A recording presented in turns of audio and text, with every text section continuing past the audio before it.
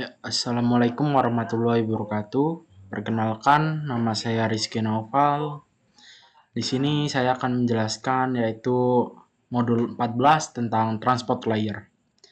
Nah, well shot take this modul. Mengapa saya harus mengambil modul ini? Nah, yang pertama yaitu lapisan transport adalah tempat seperti yang tersirat dari namanya. Nah, apa sih itu transport layer? Yaitu data diangkut dari suatu host ke host lain. Disinilah jaringan Anda benar-benar bergerak. Lapisan transport menggunakan dua protokol, TCP dan UDP. Nah, terus what will learn into this module? Apa saja yang akan dipelajari dalam modul ini? Yang pertama, di modul ini kita akan belajar tentang transportation data, terus ada TCP overview, UDP overview, port of number, TCP communication process, reliability dan flow control, dan terakhir UDP communication. Nah, pertama-tama di sini transportation of data.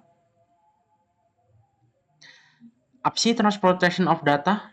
Yang pertama 14.11 yaitu role of the transport layer.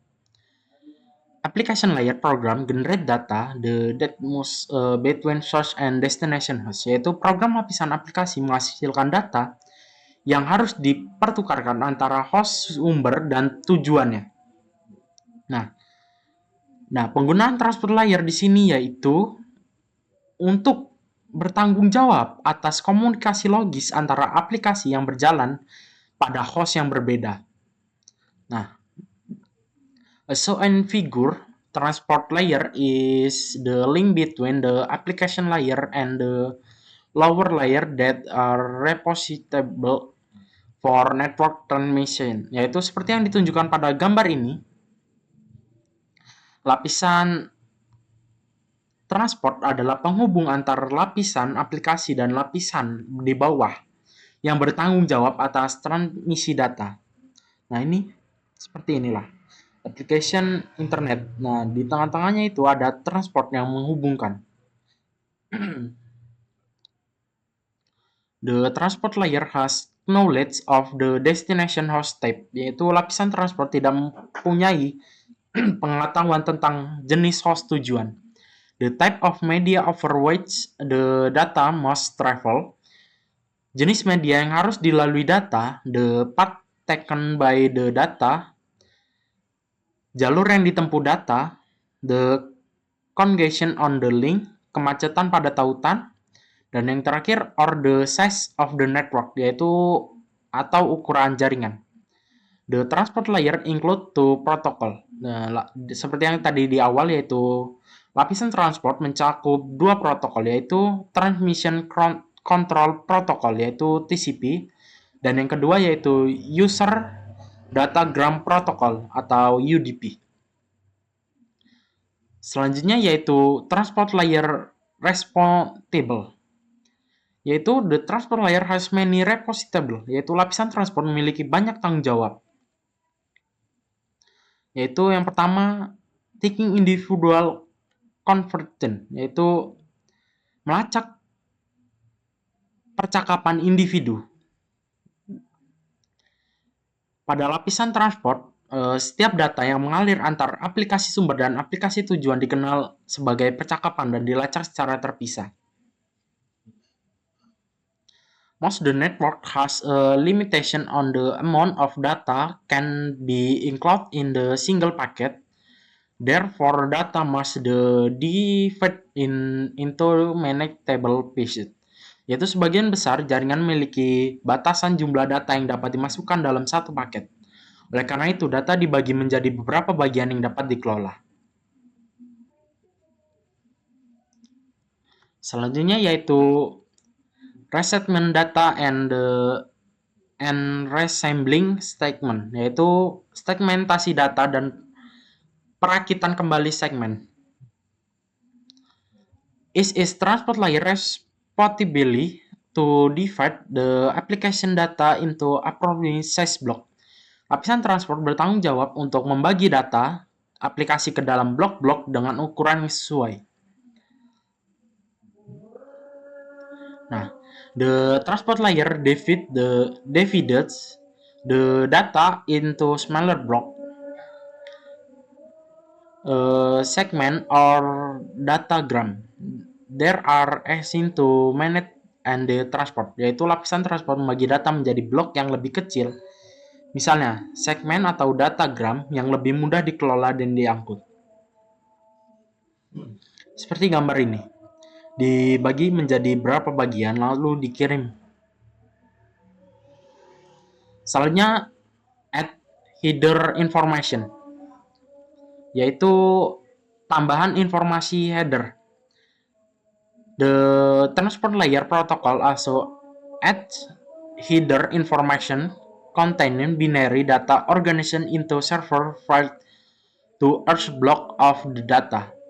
Yaitu protokol lapisan transport juga menambahkan informasi header berisi data biner yang diorganisasikan ke dalam beberapa bidang seperti blok data.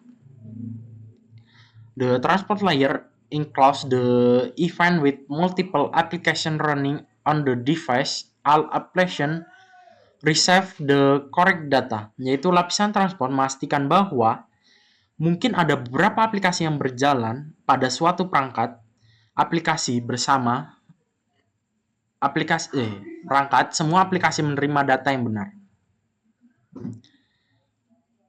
Selanjutnya yaitu identify the application, yaitu mengidentifikasi application. The transport layer must be able to spot and manage multiple communication with different transport requirement needs, yaitu application transport harus mampu memisahkan dan mengelola beberapa komunikasi dengan kebutuhan persyaratan transport yang berbeda. Seperti pada gambar ini, different application electromail, yaitu portnya 110, HTML page, yaitu biasanya 80, dan internet chat, yaitu 531. Nah, yang terakhir yaitu conversation multiplexing, yaitu multiplexing percakapan. Sending some type of data, streaming video across a network as one complete communication stream can consume all the available bandwidth, yaitu mengirim berapa jenis data, misalnya video streaming melalui jaringan sebagai satu aliran komunikasi yang lengkap dapat menghasilkan semua lebar pita yang tersedia. Error checking can be performed on the data in segment to determine if the segment was alternative during transformation, yaitu pemeriksaan kesalahan dapat dilakukan pada data dalam segmen untuk menentukan apakah segmen tersebut diubah selama transmisi. Nah, di sinilah ada saat mengirim data, apakah ada yang berubah. Selanjutnya yaitu transport layer protocol, protokol lapisan transportasi. IP is concurrent only with the structured addressing and routing of packet. IP does not specify how the delivery or transportation of the packet take place. IP hanya berkaitan dengan struktur pengalamatan dan perutaan paket. IP tidak menentukan bagaimana mengirim atau mengangkut paket berlangsung. The different applications have different transport reliability requirements. Therefore, TCP/IP to transport layer protocol as so in the figure, yaitu aplikasi yang berbeda memiliki persyaratan kendali memiliki persyaratan keandalan transportasi yang berbeda. Oleh karena itu, TCP atau IP menyediakan dua protokol lapisan transport seperti yang ditunjukkan pada gambar. Application FTP, HTTP atau WWW, SMTP atau mail, dan DNS itu menggunakan transport TCP. Nah, DNS dan TFTP menggunakan UDP. Nah, dari transport ini ke internet yaitu IP, dan dari IP diteruskan lagi ke network access yaitu LAN connection atau WAN connection. Selanjutnya Transmission Control Protocol (TCP) yaitu protokol kontrol transmisi. IP is contained only with the statement addressing and the routing of packet from original sending to final destination, yaitu IP hanya berkaitan dengan struktur, pengelamatan, dan peraturan paket dari pengirim asli ke tujuan akhir. TCP is considered a rehabil full feature transport layer protocol which ensure that all of data arrives at the destination, yaitu TCP dianggap sebagai protokol lapisan transport yang andal dan berfitur lengkap yang memastikan bahwa semua data sampai di tujuan.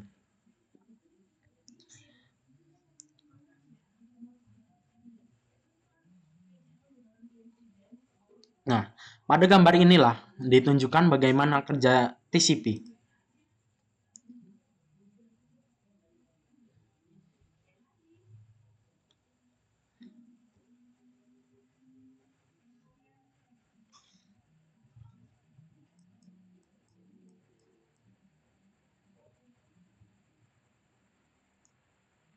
Salahnya yaitu User Datagram Protocol atau UDP. UDP is a simpler transport layer protocol than TCP.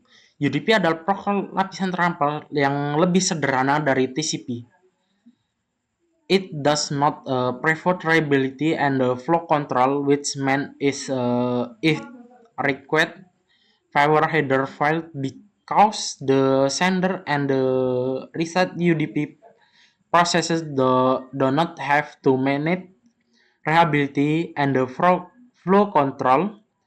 This means UDP datagram can be provided fast, faster than TCP segment. Yaitu protokol ini tidak menyediakan keandalan dan kontrol aliran yang berarti protokol ini memerlukan lebih sedikit kolom header. Karena proses UDP mengirim dan menerima tidak harus mengelola keandalan dan kontrol aliran, ini berarti diagram UDP dapat diproses lebih cepat dari segmen TCP. Nah, gambar ini yaitu proses terjadinya UDP.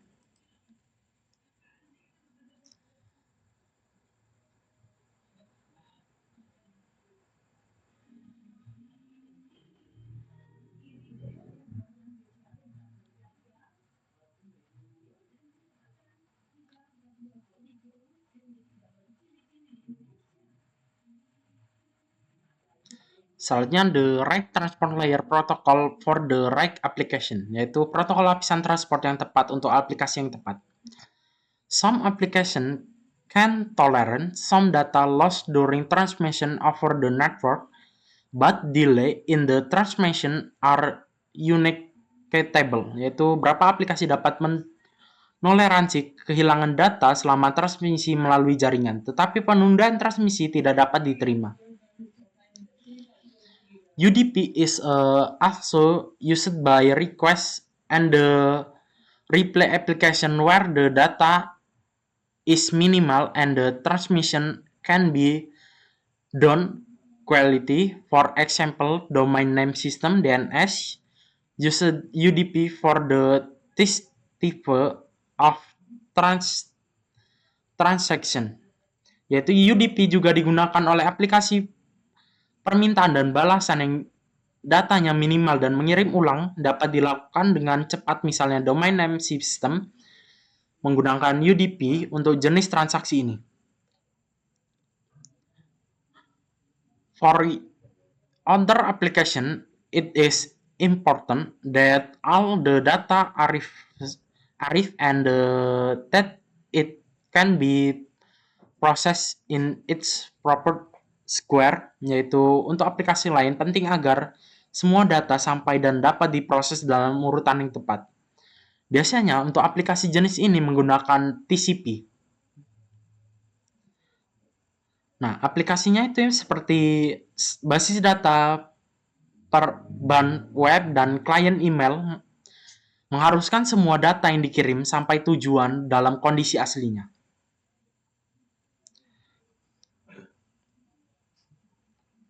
Nah, di sini UDP. Ada VoIP yaitu IP telepon dan DNS resolusi name domain. Request protocol properties yaitu seperti protokol yang diperlukan cepat, biaya overhead rendah, tidak memerlukan pengakuan, tidak mengirim ulang data yang menghilang, menyampaikan data saat data tersebut tiba. Sedangkan TCP yaitu digunakan SMTP atau IMAP atau email, HTTP atau HTTPS, World Wide Web. Protokol yang diperlukan dapat diandalkan, mengakui data, mengirim ulang data yang hilang, menyampaikan data dalam urutan beraturan. Sekian presentasi dari saya, selanjutnya akan dijelaskan oleh rekan saya. Oke, selanjutnya saya akan menjelaskan pada modul 14.2.1 yaitu fitur TCP. Untuk memahami perbedaan antara TCP dan UDP, penting untuk memahami bagaimana setiap protokol menerapkan fitur keandalan tertentu dan bagaimana setiap protokol melacak percakapan. TCP ini menyediakan layanan dan fungsi yang mendukung dari dasar segmentasi dan penyusunan ulang datanya, yaitu yang pertama menetapkan sesi. Nah, TCP adalah protokol berorientasi koneksi yang menegosiasikan dan menetapkan koneksi permanen atau sesi antara perangkat sumber dan tujuan sebelum meneruskan lalu lintas apapun. Nah, melalui pembentukan sesi itu, perangkat menegosiasikan jumlah lalu lintas yang dapat diteruskan pada waktu tertentu dan data komunikasi antara keduanya ini dapat dikelola dengan cermat. Oke, selanjutnya yang kedua memastikan pengiriman yang andal.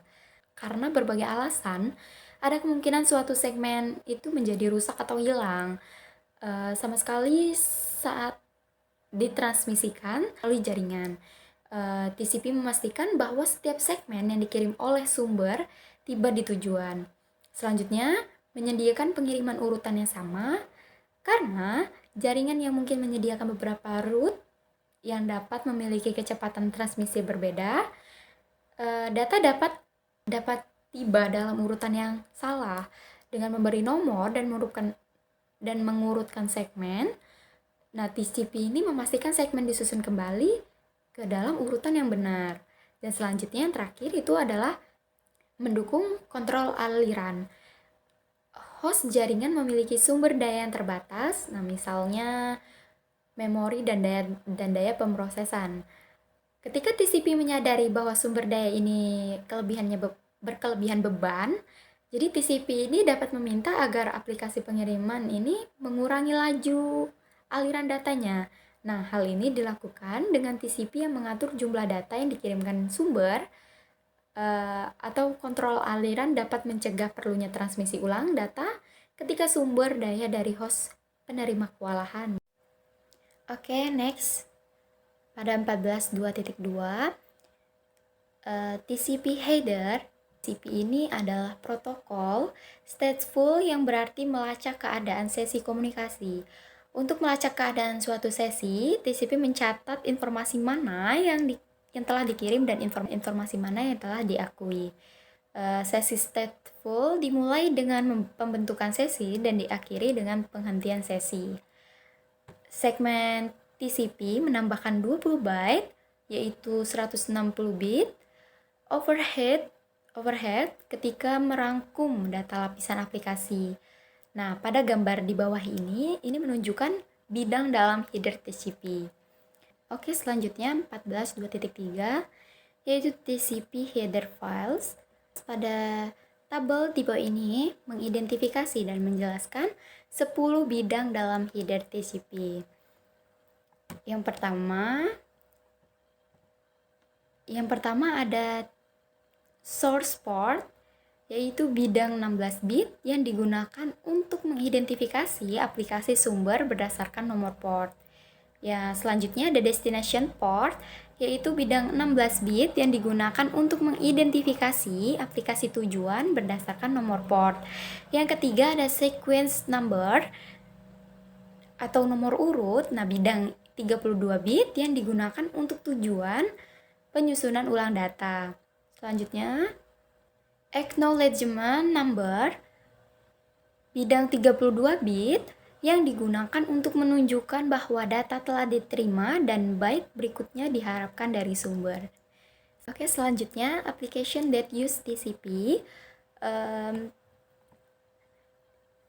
TCP ini merupakan contoh yang baik tentang bagaimana berbagai lapisan rangkaian protokol TCP atau IP memiliki peran tertentu. Nah, TCP ini menangani semua tugas yang terkait dengan pembagian aliran data menjadi beberapa segmen dan menyediakan keandalan mengendalikan aliran data dan menyusun ulang segmen. Nah, pada gambar di bawah ini, pada gambar yang tertera, itu adalah aplikasi yang dapat dengan mudah mengirim aliran data ke lapisan transport dan menggunakan layanan TCP, yaitu IP ke TCP, TCP ke HTTP, FTP, SMTP, dan SSH. Oke, selanjutnya pada 14.3.1 yaitu fitur UDP. UDP ini adalah protokol sederhana yang biasanya dijelaskan dalam istilah apa yang tidak dapat dilakukannya dibandingkan dengan TCP. Nah, fitur-fitur UDP ini antara lain yang pertama ada data direkonstruksi sesuai urutan penerimanya. Yang kedua ada segmen apapun yang hilang tidak akan dikirim ulang. Dan yang ketiga tidak ada pembentukan sesi. Dan yang keempat, pengiriman tidak diberitahu tentang ketersediaan sumber daya. Selanjutnya, pada 14.3.2 yaitu UDP header. UDP ini adalah protokol tanpa status yang berarti baik. Nah, klien maupun server tidak melacak status sesi komunikasi. Nah, jika keandalan diperlukan saat menggunakan UDP sebagai protokol transport, hal itu harus ditangani oleh aplikasi. Header UDP jauh lebih sederhana daripada header TCP, karena hanya memiliki 4 kolom yang memerlukan 8 byte, yaitu 64 bit. Nah, pada gambar yang di bawah ini, itu menunjukkan kolom-kolom dalam header UDP. Assalamualaikum warahmatullahi wabarakatuh. Saya Sadewa Abdul Ghifari. Hari ini saya akan menjelaskan tentang UDP overview. Yang pertama, UDP fitur. UDP header fields. The table identifies and describes the four fields in UDP header. UDP header field, source port, destination port, length, checksum, lalu description-nya A, 16 bit field used to identify the source application by port number. 16-bit field used to identify the destination application by port number.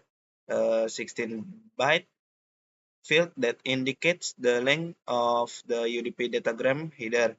16-bit field used for error checking of the datagram header and data. Selanjutnya, application that use UDP. There are three types of applications that are best suited for UDP.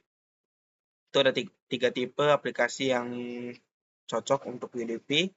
Yang pertama itu live video and multimedia application. This application can tolerate some data loss but require little or no delay. Example include full IP and live streaming video. Lalu yang kedua, simple request and reply application. Applications with simple transaction where a host send a request and may or may not receive a reply. Examples include DNS and DHCP. Applications that handle reliability themselves. unidirectional communicates where flow control, error detection, acknowledgement, and error recovery is not required or can be handled by the applications. Example include SNMP and TFTP. The figure identifies applications that require UDP. SNMP, DNS, DHCP, TFTP, VoIP, video conferencing, UDP, itu menuju pada IP. CloudTalk, DNS and SNMP use UDP by default. Both can also use TCP. DNS will use TCP if the DNS request or DNS response is more than 512 bytes, such as when DNS response includes name resolutions. Similarly, under some situation, the network administrator may want to configure SNMP. Warahmatullahi wabarakatuh. Perkenalkan, nama saya Teri Putri, Prodi Teknologi Rekayasa Internet 2A. Di sini saya akan membahas tentang TCP Communication Process.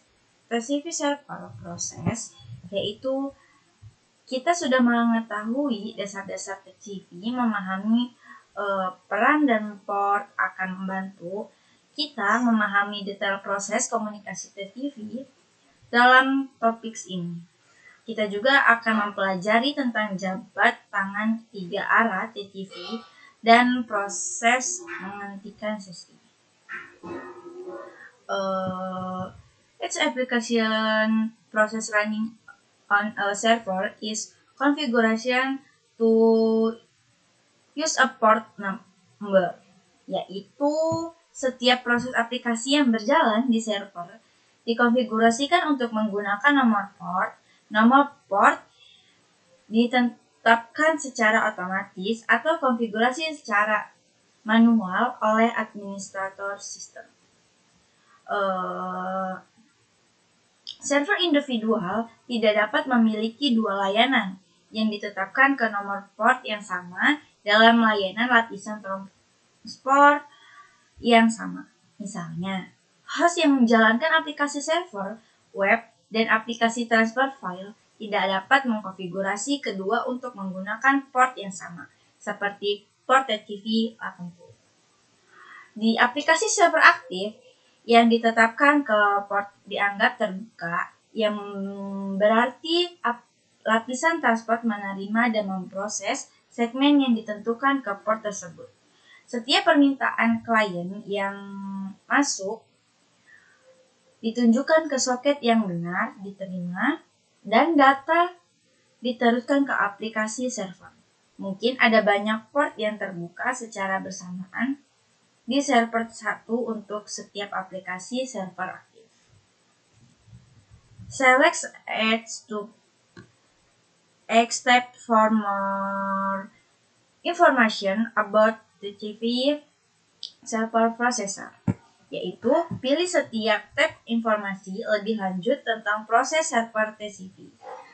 Ada client sending TCP request, ada request destination port, ada request source port, ada response destination ports, ada response secure ports, yaitu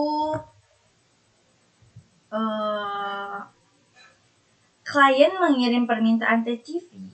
Klien pertama meminta layanan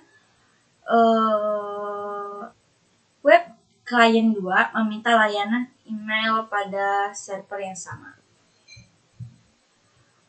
yaitu permintaan HTTP port sumber 495152, port tujuan yaitu 80.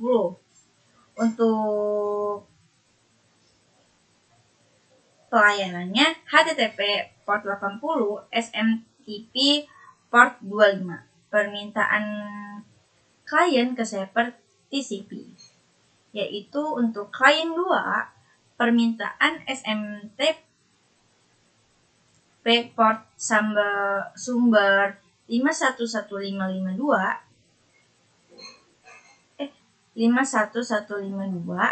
port tujuan 25, yaitu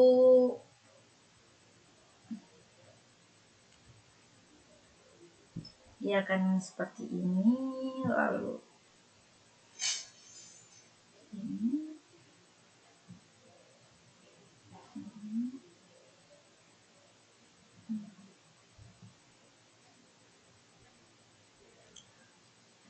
Lalu untuk TCP connection establishment, yaitu dalam beberapa budaya saat dua orang bertemu, mereka sering saling menyapa dengan berjabat tangan.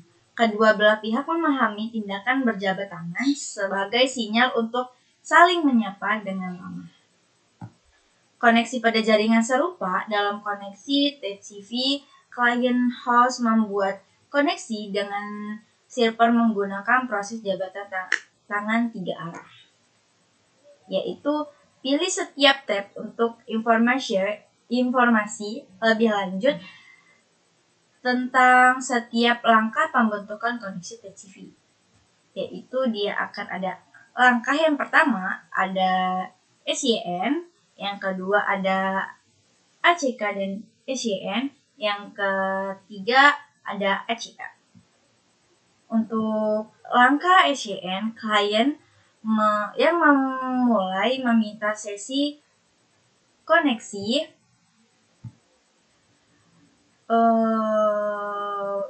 komunikasi klien ke server dengan server.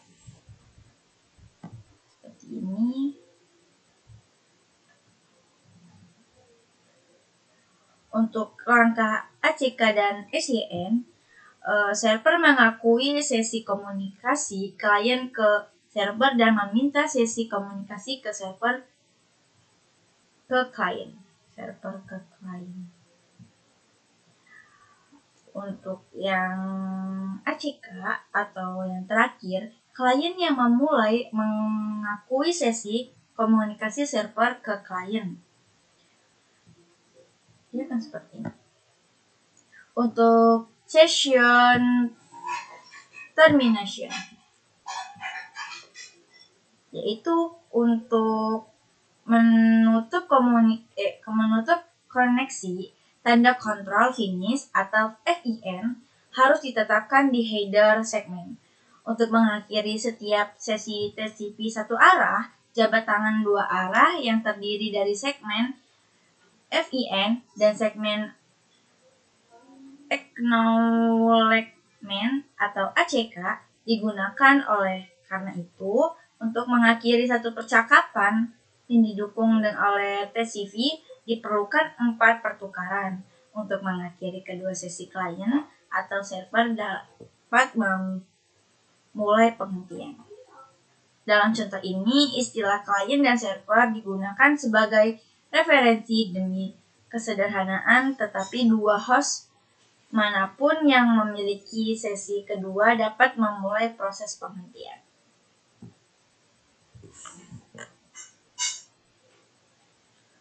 Untuk langkah FIN, saat klien tidak lagi memiliki data untuk dikirim dalam aliran, ia akan mengirim segmen dengan tanda FIN yang ditetapkan. Untuk yang ACK-nya, server mengirim ACK untuk mengakui penerimaan FIN untuk mengakhiri sesi dari klien ke server.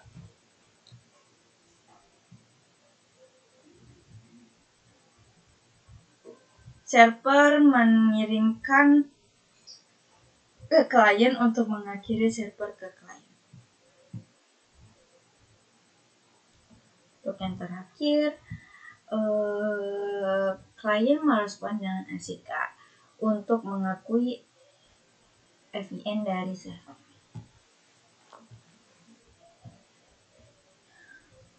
Untuk TCP three-way handshake analysis, yaitu host memelihara status melacak setiap segmen data dalam satu sesi dan bertukar informasi tentang apa yang diterima menggunakan informasi dalam header TCP. TCP adalah protokol duplex penuh, di mana setiap koneksi mewakili dua sesi komunikasi satu arah. Untuk membuat koneksi, host melakukan jabat tangan tiga arah, yaitu seperti yang ditunjukkan pada gambar. Bit control dalam header TCP menunjukkan kemajuan dan status koneksi. Berikut ini adalah fungsi dari jabat tangan tiga arah. Untuk yang pertama, ini menetapkan bahwa perangkat tujuan hadir pada jaringan. Untuk yang kedua, ini memverifikasi bahwa perangkat tujuan layanan aktif dan menerima permintaan pada nomor port tujuan yang diinginkan digunakan oleh klien praksarkasa. Untuk yang ketiga, nomor port ini memberitahu perangkat tujuan bahwa klien sumber bermaksud membuat sesi komunikasi pada port tersebut. Setelah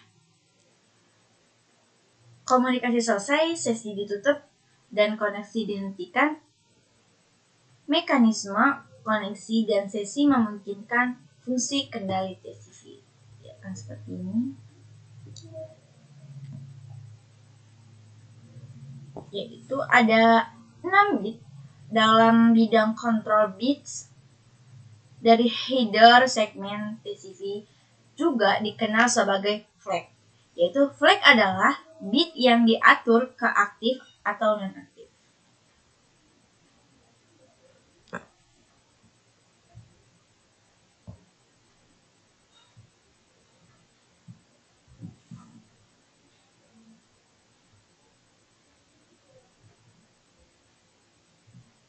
I have some screenshots of a Wireshark packet capture that shows the process of a TCP three-way handshake and the termination of a TCP conversation. Let's analyze these screenshots to get an idea of how it's working.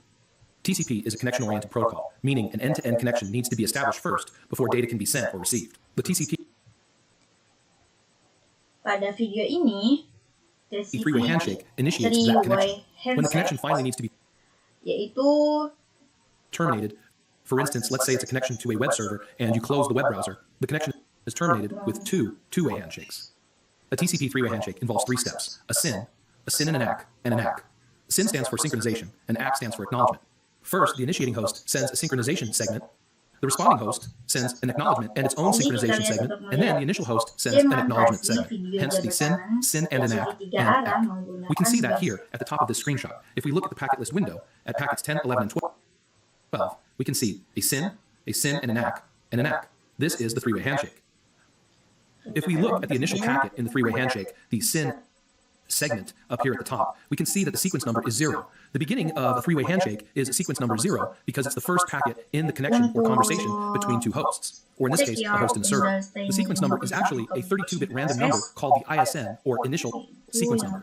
This random number, or ISN, is chosen randomly at the beginning of each TCP conversation. This helps to protect against TCP connection hijacking attacks. Wireshark takes that 32-bit random number and converts it to 0. It then increments the sequence numbers and the acknowledgements from there. This makes it easier to read and follow the segments in order using the Wireshark program. Let's look at a few of the details for this initial SYN segment. We go down to the packet details window, and we can see sequence number 0, that is the relative sequence number. If we look at the flags, we see that the SYN bit has been set.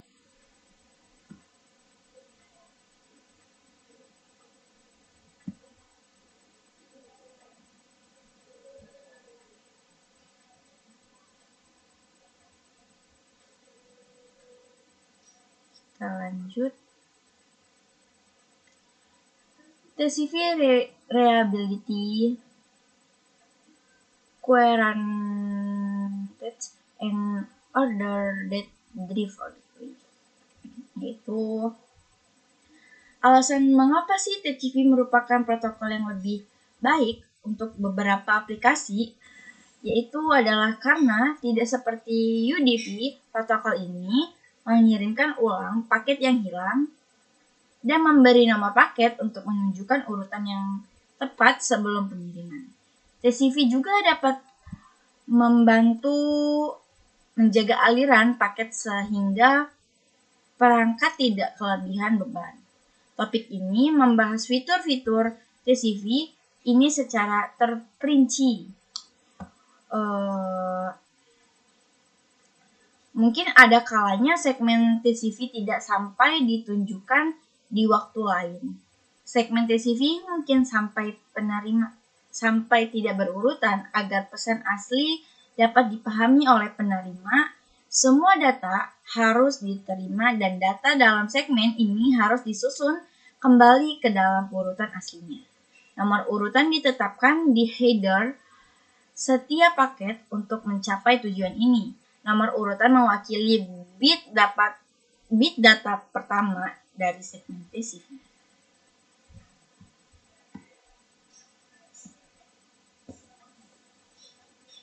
Untuk segmen TCP disusun ulang di tujuan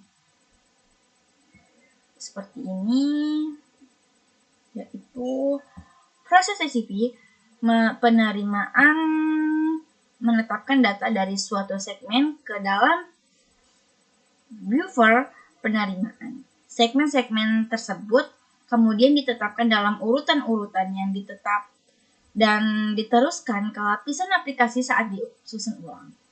Setiap segmen yang datang dengan nomor urut yang tidak sesuai, urutan akan disimpan untuk proses kemudian saat segmen dengan bit yang hilang tiba, segmen-segmen ini diproses secara berurutan.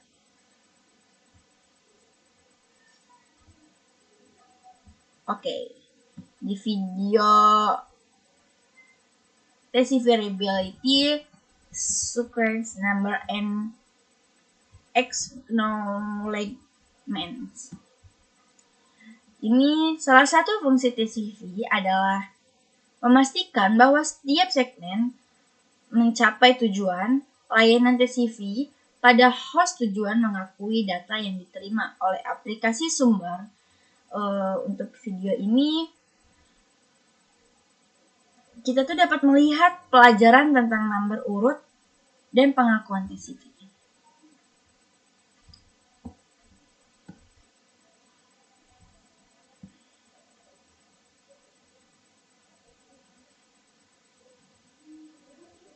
This video depicts a simplified example of TCP operations and is not necessarily a realistic depiction. TCP is a connection-oriented protocol in that a connection is established first using a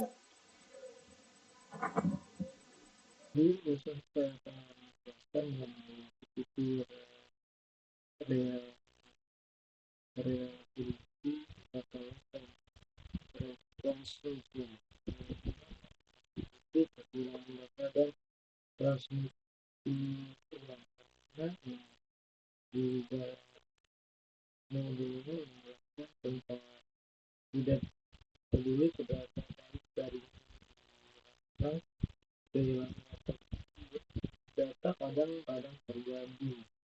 TCP ini menyediakan metode pengenalan kehilangan segmen, di mana diantaranya adalah mekanisme untuk mentransmisikan ulang segmen untuk data yang tidak diakui, dengan nama FIFP dan HTTP digunakan bersama untuk mengkonfirmasi pengiriman byte data yang terdapat dalam segmen yang ditransmisikan. Nomor FIFP mengidentifikasi byte data pertama dalam segmen yang ditransmisikan. TCP menggunakan nomor FIFP yang dikirim kembali ke sumber untuk menemukan byte berikutnya yang diharapkan akan diterima oleh penerima. Ini disebut dengan pengakuan ekspektasional. Sebelum penyempurnaan selanjutnya, TCP hanya dapat mengakui byte berikut yang diharapkan. Misal pada gambar di sini menggunakan segmen untuk kesedaran. Host A mengirimkan segmen 1 hingga full ke segmen B yang dimana jika semua segmen sudah dari segmen 3 dan 4, host B akan membalas dengan pengakuan yang menyatakan bahwa segmen berikutnya yang diharapkan adalah segmen 3. Host A tidak tahu apakah ada segmen lain yang sudah atau tidak.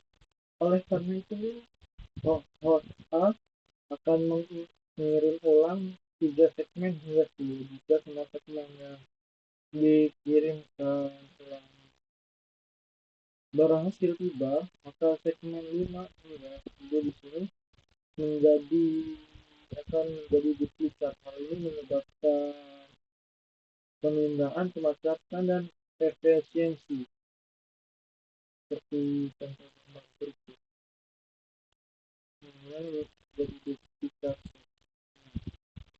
Karena sistem operasional saat ini biasanya menggunakan fitur TCP operasional yang diketahui selektif unacknowledgement SPK yang dinegosiasikan selama preview and check. Jika kedua host mendukung SACK, penerima dapat secara eksplisit mengakui segmen byte. Mana yang diterima termasuk segmen yang terputus-putus. Oleh karena itu, host pengirim hanya perlu mengirimkan ulang data yang hilang. Hanya misal pada gambar berikut ini yang dimana sekali lagi menggunakan nomor segmen untuk penyanderaan. Yang dimana host A di sini mengirimkan segmen ke host B hingga 10 kali, yang dimana jika semua segmen sudah kali segmen 3 dan 4, host B akan mengakui bahwa ia telah menerima segmen 1 dan 2 ACK 3 dan secara selektif mengakui segmen 5 di sini.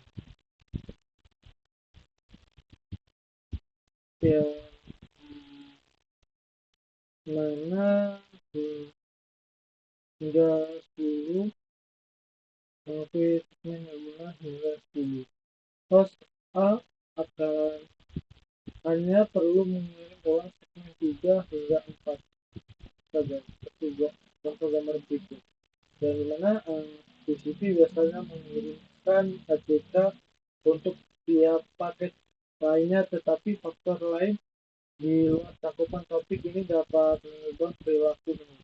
Yang dimana TCP menggunakan pengaturan waktu untuk mengetahui berapa lama harus menunggu sebelum mengirim ulang segmen. Pada gambar, putaran video dan klik tautan untuk mengunduh berkas PDF. Video dan berkas PDF memeriksa kehilangan data TCP dan pengiriman ulang. Seperti video berikutnya. The graphic depicted in this video uses segment numbers in place of sequence numbers. TCP is a reliable protocol. It uses sequence numbers and acknowledgements to provide that reliability. But what happens when data is lost in transit? As a reliable protocol, there has to be a mechanism for resending lost data so that an entire piece of data, like a file or an image or a video, can be rebuilt from all of the segments. If we look at this animation, we can see this process in action. I'll press play. The source host here sends segment 1 and starts a timer. You can see the timer's running. The destination host receives segment 1, and since it's received segment 1, it's going to send an acknowledgement. Let's see what happens. We can see that the destination host has received segment 1, acknowledges the delivery, and is going to send an ACK2, an acknowledgement to requesting number 2. Why? It received 1, so it sends a request for 2 in an ACK2. So we'll see that get sent. All right, there goes the acknowledgement. The source receives the acknowledgement before the timer expires and now can send segment 2. There's segment 2. It's sent, and as you can see, the timer is started. It's going to wait to get an acknowledgement. If it doesn't receive an acknowledgement from the destination before the timer expires, it will resend segment 2. Let's see this in action. You can see the destination has not received segment 2. Since it hasn't received segment 2, it won't send an acknowledgement number 3 back to the device. It's not going to acknowledge that it received 2 and send an ACK3 back to the source host. Let's see what happens. No acknowledgement, the timer expires. Jadi yang ini menggunakan waktu untuk beberapa lama itu sebelum ada gambar yang sudah diberikan. Selanjutnya mengenai sisi flow control Windows Size and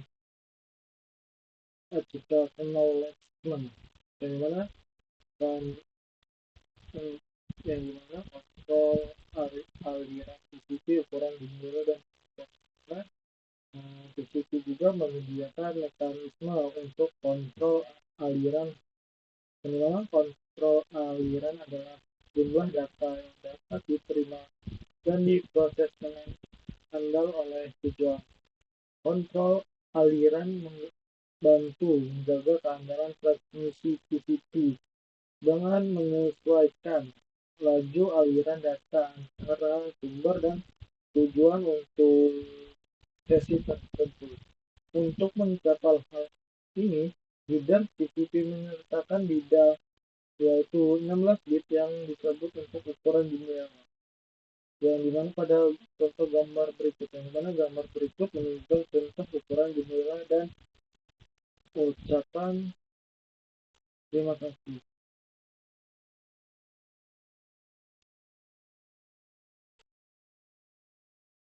Dan mana contoh ukuran jendela TCP ini, karena ukuran jendela ini menunjukkan jumlah byte yang dapat dikirim sebelum mengharapkan pengakuan nomor. Yang mana nomor pengakuan adalah jumlah byte yang diharapkan. Berikutnya untuk ukuran jendela adalah jumlah byte yang dapat diterima dan diproses oleh perangkat tujuan sesi TCP pada satu waktu. Dalam contoh ini ukuran jendela awal TCP untuk sesi TCP adalah 10.000. Yang mana ini dikenal sebagai jendela pengiriman TCA. Untuk jendela disertakan di dalam setiap segmen TCP sehingga tujuan dapat mengubah ukuran jendela kapan saja tergantung pada ketersediaan buffer. Ukuran jendela awal disetujui saat TCP dibuat selama jabat tangan 3 arah. Perangkat sumber harus membatasi jumlah byte yang dikirim ke perangkat tujuan berdasarkan ukuran jendela tujuan.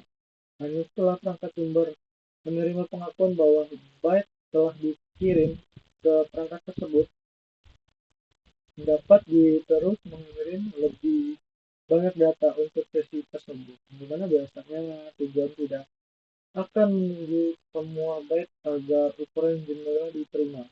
Sebelum membalas dengan pengakuan, saat byte diterima dan diproses, tujuan akan mengirim pengakuan di mana untuk memberikan tahu sumber bahwa ia dapat terus mengirim byte tambahan. Seperti yang misal TCP di sini biasanya tidak akan menunggu hingga 10.000 byte telah diterima sebelumnya mengirim pengakuan. Ini berarti TCA dapat menyesuaikan jendela pengirimannya saat menerima pengakuan dari TCP.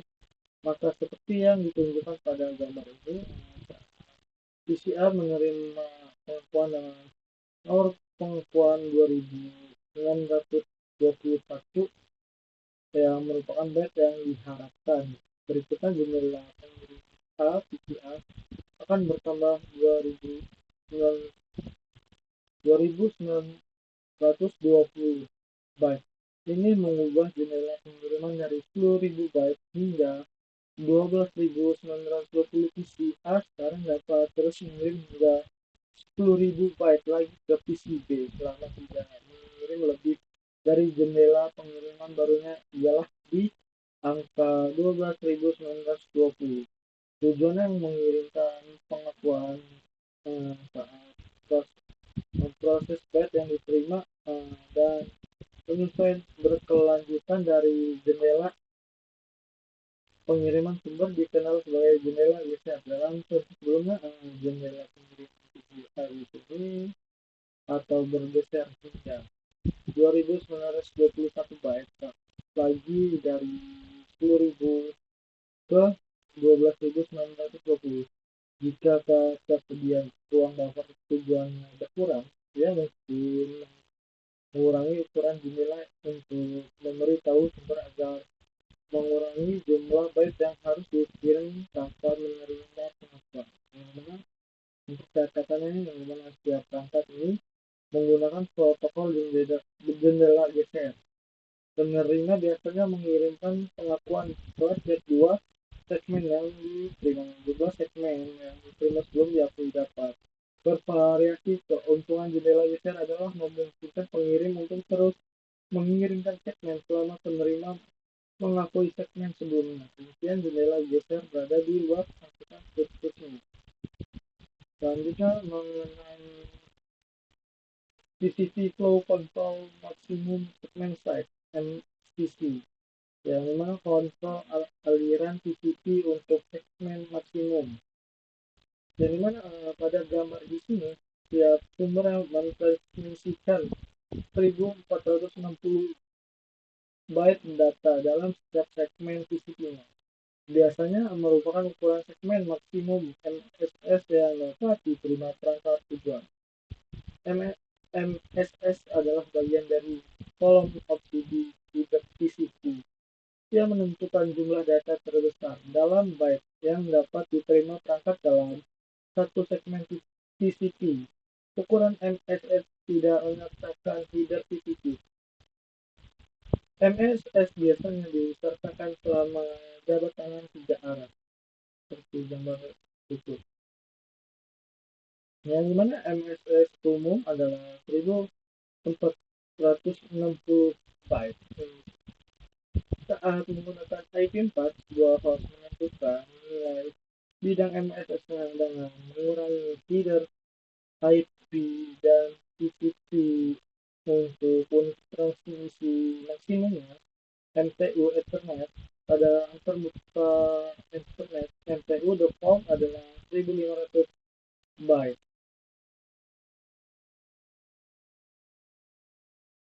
Yang dimana dengan mengurangi header IP4 sebesar 20 byte dan header TCP sebesar 20 byte, ukuran MSS default di sini akan menjadi 1460 byte. Seperti yang ditunjukkan pada gambar berikut. Yang dimana gambar ini akan mengurangi header IP4 sebesar 20 byte. Selanjutnya mengenai TCP Flow Control Convection Avoidance, yang mana kontrol aliran TCP, penghindaran kemacetan, yang dimana jika terjadi kemacetan pada jaringan, hal ini mengakibatkan paket terbuang oleh router yang kelebihan beban. Jika paket yang berisi segmen TCP tidak mencapai tujuannya, paket tersebut tidak dikenali dengan menentukan laju pengiriman segmen TCP. tetapi tidak dikenali sumber dapat mengasumsikan tingkat kemacetan jaringan tertentu. Setiap kali terjadi kemacetan, transmisi ulang segmen TCP yang hilang dari sumber akan terjadi. Jika transmisi ulang tidak dikontrol dengan baik, transmisi ulang segmen TCP tambahan dapat memperburuk kemacetan. Tidak hanya paket baru dengan segmen TCP yang diperkenalkan ke jaringan, tetapi efek umpan baliknya dari segmen TCP yang ditransmisikan ulang yang hilang juga akan menambah kemacetan. Untuk menghindari dan mengendalikan kemacetan, TCP menggunakan beberapa mekanisme penanganan kemacetan, pengatur waktu, dan algoritma. Bahwa segmen TCP tidak diakui atau tidak diakui tepat waktu, sumber dapat mengurangi jumlah byte yang dikirim sebelum menerima pengakuan seperti yang diilustrasikan dalam gambar di sini. Yang dimana TCA di sini merasakan adanya kemacetan dan oleh karena itu mengurangi jumlah byte-nya yang dikirim sebelum menerima pengakuan dari TCB, yang dimana nomor pengakuan digunakan untuk byte yang diharapkan berikutnya dan bukan untuk segmen. Nomor segmen yang digunakan disederhanakan ketiga ilustrasi. Perhatikan bahwa sumbernya ialah untuk mengurangi jumlah byte yang tidak diakui yang dikirimkan dan bukan ukuran jendela yang ditentukan oleh tujuan. Karena penjelasan kemacetan ini, pengatur waktu dan algoritma sebenarnya berada di latihan yang mana selanjutnya kita akan memeriksa pemahaman kita tentang proses aliran.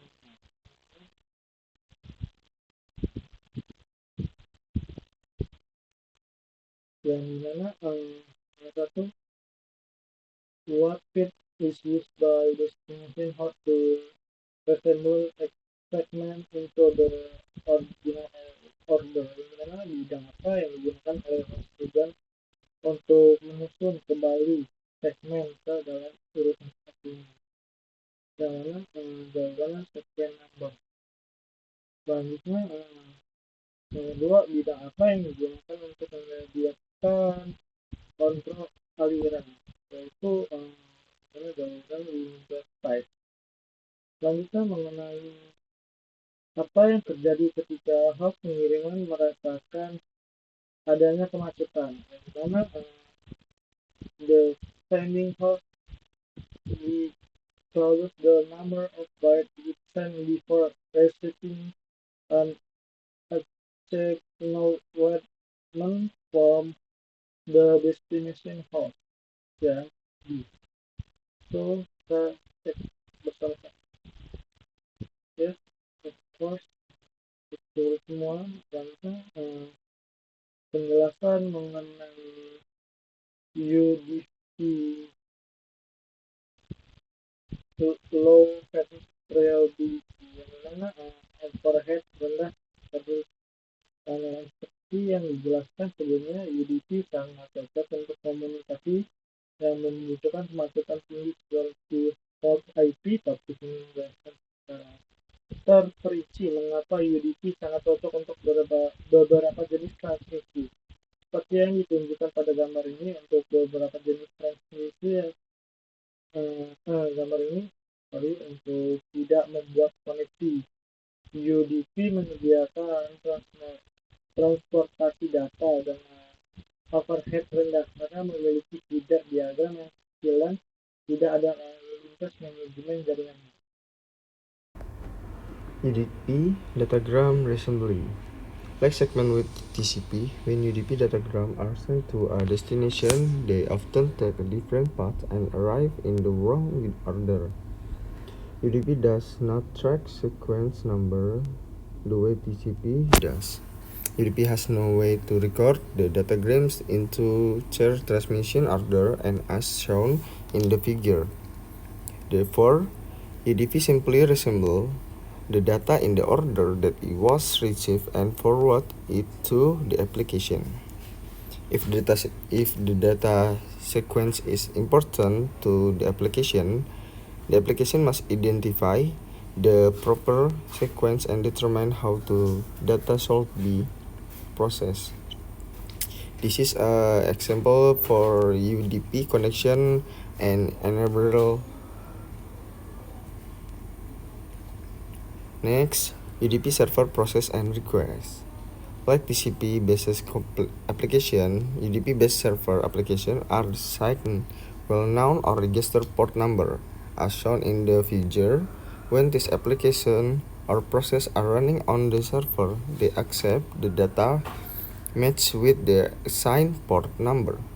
When UDP receives a datagram standing for one of these ports, it forwards the application data to a prod application based on port number. This example for UDP server listening for requests. This is a packet tracer. Note, the remote authentication dial-in user service radius server shown in the figure provide authentication, authorization, and accounting service to manage user access. The operation of radius is beyond the scope for this course. Next, UDP client process. As with TCP, client-server communication is intended by client application that request data for the server process.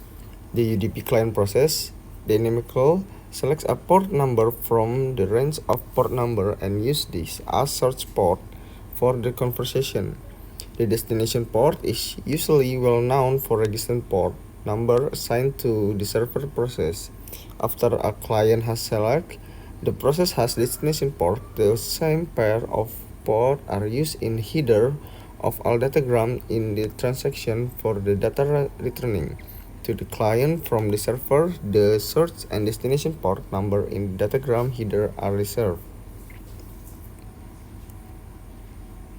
Next, check your understanding. Okay.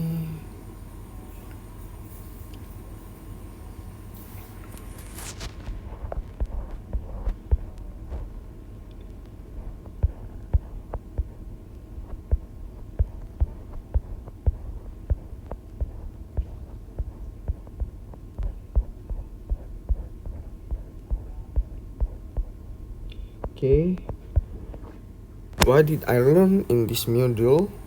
Transporting data. Transport layer in link between the application layer and the lower layer are the responsible for network transmission.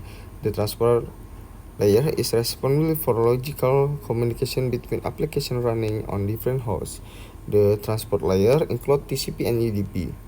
Transport layer protocols specify how to transfer message between transport layer in responsibility for tracking conversation, segmenting data, and resembling segment, adding header information, identify application, and conversation multiplexing. TCP is stateful, reliable, knowledge data, recent lost data, has low overhead, does not require acknowledgement, do no recent lost data, and deliver data in order it arrive. Use UDP for view of IP and DNS. TCP overview. TCP establish session, ensure reliability, provide same order deliver, and support flow control. A TCP segment at 20 bytes of overhead and as header information when encapsulation the application layer data. TCP header file are the source and destination part, sequence number, acknowledgement number, header like, receiver, control bit, window size, checksum, and urgent. Applications that use TCP are HTTP, FTP, SMTP, and Telnet. UDP overview. UDP instruction data in the order is received. Flow segments are not recent, no session is stable, and UDP does not inform the sender of resource availability. DP header file are the source and destination port like and checksum. Applications that use UDP are DHCP, DNS, SNMP, TVPT, FOLP, and video conferencing. Port number. The TCP and UDP transport layer protocol use port number to manage multiply simulation conversation. This is why the TCP and UDP header file identifies a source and destination application port number. The source and destination port are placed with the segment. The segment are the encapsulation with IP packet. The IP packet contains the IP address and source and destination. The combination of the source IP address and socket. The socket is used to identify the server and service being requested by client. There is range of port number from 0 to 65535. This range is defined into group. Well-known port, register port, private and or dynamic port. The available now port number are reserved for common applications such as VTP, SSH, DNS, HTTP, and another. Sometimes it is necessary to know which active TCP connections are open and running on the network host. Netstat is important network utility that can be used to verify those connections. TCP communication process. Each application process running on the server is configured to use port number. The port number is either automatically assigned or configured manually by a system administration. TCP server process are as follows: client sending TCP request, requesting destination port, requesting source port, responding by to destination port and source port request. To terminate a single conversation supported by TCP for exchange are need to end both sessions. As the client to server and invitation termination, the Y6 establish the destination device is present on the network. Verifies the destination device has active service and is accepting requests on the destination port that the initiating client to use.